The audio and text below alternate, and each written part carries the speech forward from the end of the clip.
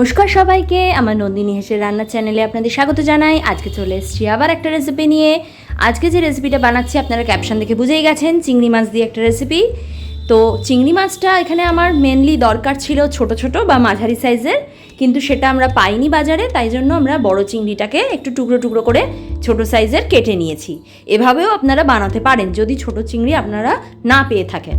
এবার চিংড়ি মাছটাকে আমি প্রথমে হলুদ আর নুন মাখিয়ে নিয়েছি, তারপর সর্ষের তেলে এটাকে ভেজে নেব, একটু লাল লাল করে ভেজে নেব।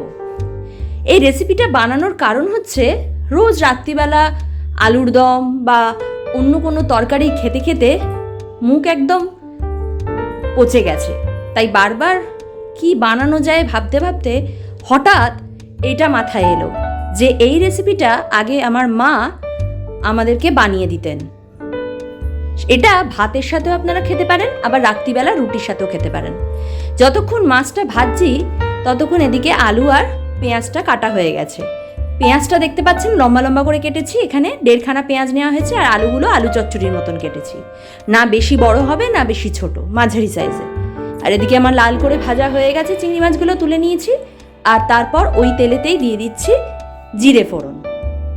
এই রেসিপিটা আমার মায়ের থেকেই কিন্তু শেখা, আর আজকে সেই শেখাটাকেই অ্যাপ্লাই করলাম অনেক দিন পর। এখানে শ্বশুরবাড়িতে এই রেসিপিটা বানাতে দেখিনি, তাই ভাবলাম আজকে এই রেসিপিটা বানাই আর সবাইকে বানিয়ে চমক লাগিয়ে দিই যে রাত্রির বেলা একটু ভালোভাবেও রুটি দিয়ে খাওয়া যেতে পারে। এরপর আমি পেঁয়াজগুলো ভেজে নেব। পেঁয়াজগুলো কিন্তু বেশি লাল লাল করে ভাজার দরকার নেই, হালকা করে ভাজবেন। হালকা ভাজা হয়ে এসছে তখন আমি দিয়ে দিচ্ছি এর মধ্যে আলুগুলো। এবার আলুগুলো আর পেঁয়াজগুলো একসাথে ভেজে নেব।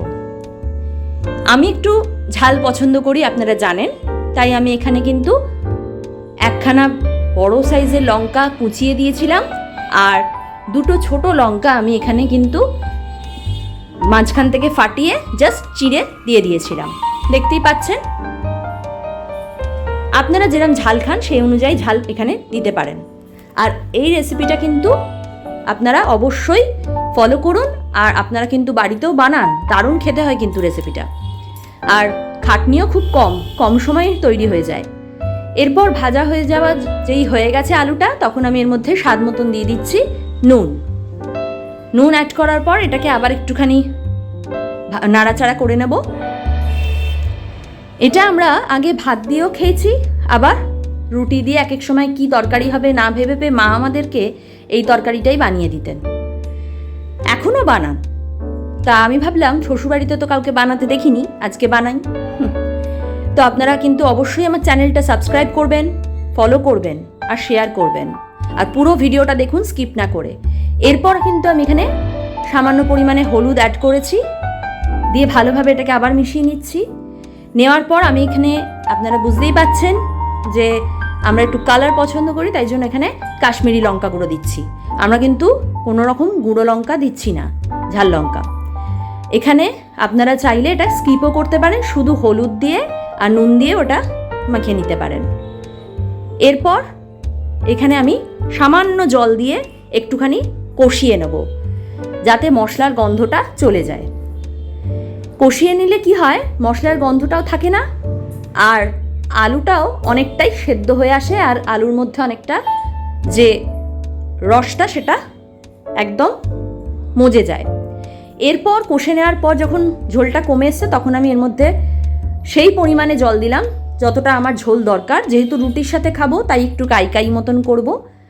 আপনারা যদি ভাতের সাথে খান তাহলে একটু বেশি ঝোল রাখতে পারেন, সেই অনুযায়ী জল দেবেন। এবার আর কিছু কাজ নেই, এটাকে আমি চুবু চুবু দিয়ে দিয়েছি, আলুর চুবু চুবু জল। এবার এটাকে চাপা দিয়ে আমি সেদ্ধ হতে দেবো, মিনিট 10 থেকে 15 মতো। সেদ্ধ হয়ে এসছে, দেখতেই পাচ্ছেন। আমি আলুগুলো ভেঙে দেখে নিয়েছি, সেদ্ধ হয়ে গেছে। এই পর্যায়ে আমি ওপর থেকে যে ভেজে রাখা চিংড়ি মাছগুলো সেগুলো এখানে দিয়ে দিচ্ছি ছড়িয়ে। আর চিংড়ি মাছটা দেওয়ার পর জাস্ট 2 মিনিট মতন আমি ফুটিয়েছি, বেশিক্ষণ ফোটানোর দরকার নেই, যেহেতু ভালোভাবে ভাজা হয়েছিল চিংড়ি মাছটা।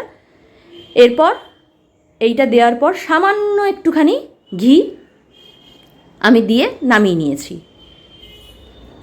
আর রেসিপিগুলো কিন্তু আপনারা অবশ্যই ফলো করতে থাকুন। নতুন রেসিপি তো ছাড়ছি, সাথে কিন্তু আর প্রিভিয়াস যে রেসিপিগুলো আছে সেগুলো কিন্তু আপনারা দেখতে থাকুন। অনেক রকম নতুন নতুন রেসিপি আমি আগেও ছেড়েছি।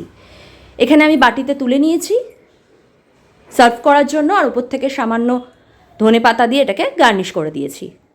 দেখেই বুঝতে পারছেন কতটা ভালো খেতে হয়েছিল। রুটি দিয়ে সার্ভ করেছিলাম, দারুণ হয়েছিল।